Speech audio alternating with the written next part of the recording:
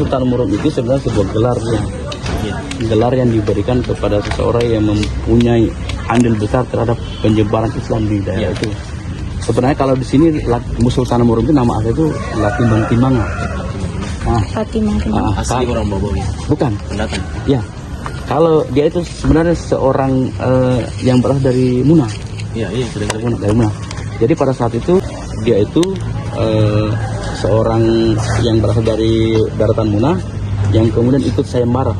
Ya. Jadi pada saat itu Kesultanan Buton lagi dilanda suatu musibah, bukan musibah, semacam ada gangguan, ancaman dari pemberontak. Pemberontak dalam hal ini bajak laut. Ya, bajak laut yang dipimpin oleh Lapolontio. Nah kemudian raja pada saat itu, raja kelima pada saat itu mengadakan satu sayembara bahwasanya yang bisa menaklukkan ini si Lapolontio, maka kalau dia laki-laki akan dinikahkan dengan anak dari raja.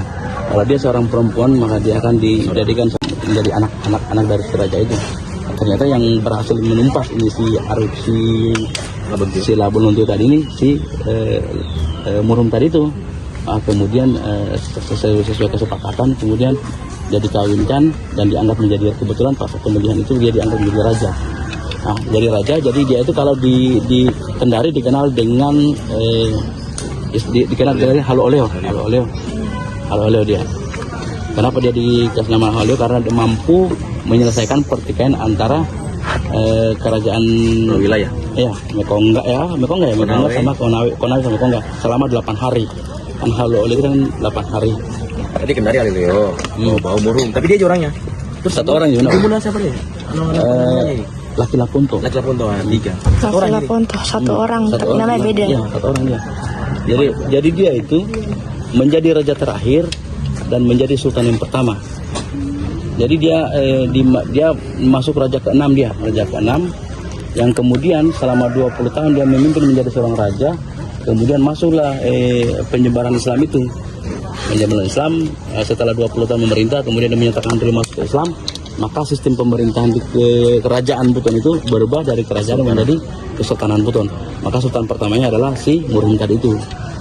Jadi dia merupakan sultan yang pertama. Baik, kalau misalkan di sana biasa itu ada pertahanan, dan ini saya lihat tidak ada.